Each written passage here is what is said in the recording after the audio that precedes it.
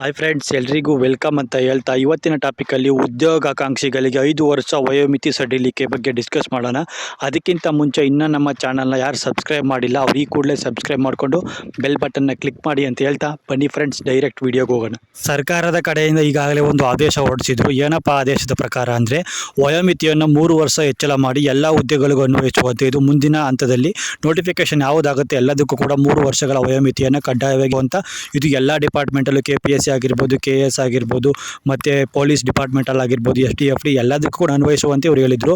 So 3 ವರ್ಷಗಳ ವಯೋಮಿತಿಯನ್ನು ಹೆಚ್ಚಳ ಮಾಡಿ ಈಗಾಗಲೇ ಆದೇಶವನ್ನು ಹೊರಡಿಸಿದ್ರು. ಸೊ ಯಾವುದೇ ರೀತಿಯ ನೋಟಿಫಿಕೇಶನ್ ಆಗಿರಲಿಲ್ಲ. ಆದರೆ ಈಗ ಬಂದಿರತಕ್ಕಂಥ ಮಾಹಿತಿ ಏನಪ್ಪ ಅಂದರೆ ಸರ್ಕಾರದ ಕಡೆಯಿಂದ ಮತ್ತೆ 5 ವರ್ಷಗಳ ವಯೋಮಿತಿಯನ್ನು ಹೆಚ್ಚಳ ಮಾಡಬೇಕು ಅಂತ ಇವರು ಚಿಂತನೆಯನ್ನು ಮಾಡ್ತಿದ್ದಾರೆ ಅಂತ ಒಂದು ಬಲ್ಲ ಮೂಲಗಳ ಪ್ರಕಾರ ಒಂದು ಬಂದಿರತಕ್ಕಂಥ ಮಾಹಿತಿ ಆಗಿದೆ.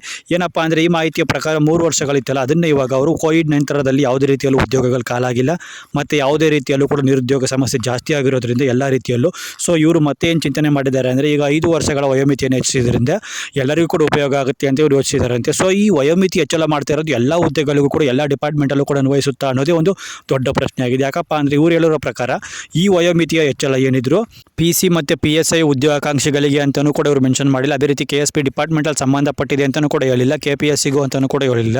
ಸೊ ಇವರು ಹೇಳಿರ್ತಕ್ಕಂಥದ್ದು ಏನಪ್ಪ ಅಂದರೆ 5 ವರ್ಷಗಳ ವಯೋಮಿತಿಯನ್ನು ಹೆಚ್ಚಳ ಮಾಡೋದ್ರ ಬಗ್ಗೆ ಚಿಂತನೆಯನ್ನು ಮಾಡ್ತಾ ಇದ್ದೀವಿ ಅಂತ ಅವರು ಕೂಡ ಹೇಳಿರೋದಷ್ಟೇ.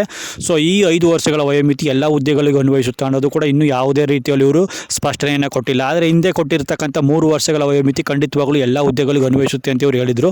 ಸೊ ಆದರೆ ಈ ವಯೋಮಿತಿ 5 ವರ್ಷ ಇದೆಯಲ್ಲ, ಇದು ಎಲ್ಲ ವರ್ಗಕ್ಕೂ ಎಲ್ಲ ಹುದ್ದೆಗಳಿಗೂ ಅನ್ವಯಿಸುತ್ತೆ ಅಂತ ಇವರು ಖಂಡಿತವಾಗಲೂ ಹೇಳಿಲ್ಲ. ಹಾಗಾಗಿ ಇದು PC ಮತ್ತು PSI ಆಕಾಂಕ್ಷಿಗಳಿದ್ರಲ್ಲ ಅವರಿಗೆ ಇದು ಕನ್ಫರ್ಮ್ ಅಂತ ಹೇಳೋಕ್ಕಾಗಲ್ಲ. ಯಾಕಂದರೆ ಇವ್ರು ಹೇಳಿರ್ತಕ್ಕಂಥ 3 ವರ್ಷಗಳ ವಯೋಮಿತಿ ಮಾತ್ರ ಇವ್ರಿಗೆ ಅನ್ವಯ ಆಗುತ್ತೆ ಪೊಲೀಸ್ ಡಿಪಾರ್ಟ್ಮೆಂಟ್ಗೆ. ಅದು ಬಿಟ್ಟರೆ 5 ವರ್ಷಗಳ ವಯೋಮಿತಿ ಏನಿದ್ರು ಇದು ಬೇರೆ ಒಂದು ವರ್ಗದ ಅಂದರೆ KPSC ವರ್ಗದ ಉದ್ಯೋಗಗಳಿಗೆ ಆಗಿರ್ಬೋದು, KS ಆಗಿರ್ಬೋದು, ಇಂಥ ಹುದ್ದೆಗಳಿಗೆ ಅವರು ಅನ್ವಯಿಸೋ ಥರ ಮಾಡಿರ್ಬೋದು. ಸೊ ಯಾವುದನ್ನು ಕೂಡ ಸರ್ಕಾರದ ಕಡೆಯೇ ಕ್ಲಾರಿಟಿ ಕೊಟ್ಟಿಲ್ಲ.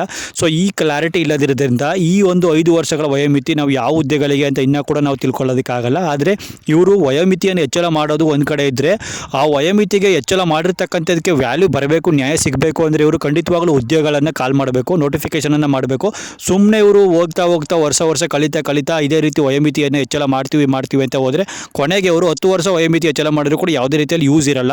ಯಾಕಂದರೆ ವಯೋಮಿತಿ ಹೆಚ್ಚಳ ಮಾಡೋದ್ರಿಂದ ಇವರಿಗೆ ವಯೋಮಿತಿ ಜಾಸ್ತಿ ಸಿಗುತ್ತೆ ಹೊರತು ಹುದ್ದೆಗಳೇ ಕಾಲ್ ಮಾಡ್ತಿಲ್ಲ. ಅಂದರೆ ಆ ವಯೋಮಿತಿಗೆ ಏನು ಲಾಭ ಇದೆ, ಆ ವಯೋಮಿತಿಗೆ ಏನು ಯೋಗ್ಯತೆ ಇದೆ ಅಂತ ಅರ್ಥ ಆಗ್ತಾ ಇಲ್ಲ. ನಾನು ಸರ್ಕಾರಕ್ಕೆ ಏನಪ್ಪ ಹೇಳ್ತೀನಿ ಅಂದರೆ ವಯೋಮಿತಿ ಹೆಚ್ಚಳ ಒಂದು ಕಡೆ ಇರಲಿ, ಮೊದಲು ಉದ್ಯೋಗಾಕಾಂಕ್ಷಿಗಳಿಗೆ ಉದ್ಯೋಗವನ್ನು ಕರ್ರಿ, ಮೊದಲು ನೋಟಿಫಿಕೇಷನನ್ನು ಮಾಡಿ. ಇದು ಒಂದು ರೀತಿ ಉದ್ಯೋಗವನ್ನು ಸೃಷ್ಟಿ ಮಾಡೋದು. ಅದು ಬಿಟ್ಟು ನೀವು ವಯೋಮಿತಿ ಹೆಚ್ಚಳ ಮಾಡ್ತಾ ಕೂತ್ರೆ ಅದರಿಂದ ಯಾವುದೇ ರೀತಿಯಲ್ಲೂ ಲಾಭ ಇಲ್ಲ. ಮೊದಲು ಉದ್ಯೋಗಗಳನ್ನು ಸೃಷ್ಟಿ ಮಾಡಿ ಅಂತ ಹೇಳ್ತೀನಿ. ಸೊ ಈ ವಿಡಿಯೋ ನಿಮಗೆ ಇಷ್ಟ ಆಗಿದ್ದರೆ ಲೈಕ್ ಮಾಡಿ, ಶೇರ್ ಮಾಡಿ, ಹಾಗೆ ಸಬ್ಸ್ಕ್ರೈಬ್ ಮಾಡ್ಕೊಳ್ಳಿ ಅಂತ ಹೇಳ್ತಾ ಎಲ್ರಿಗೂ ಮತ್ತೆ ಸಿಗ್ತೀನಿ. ಧನ್ಯವಾದಗಳು.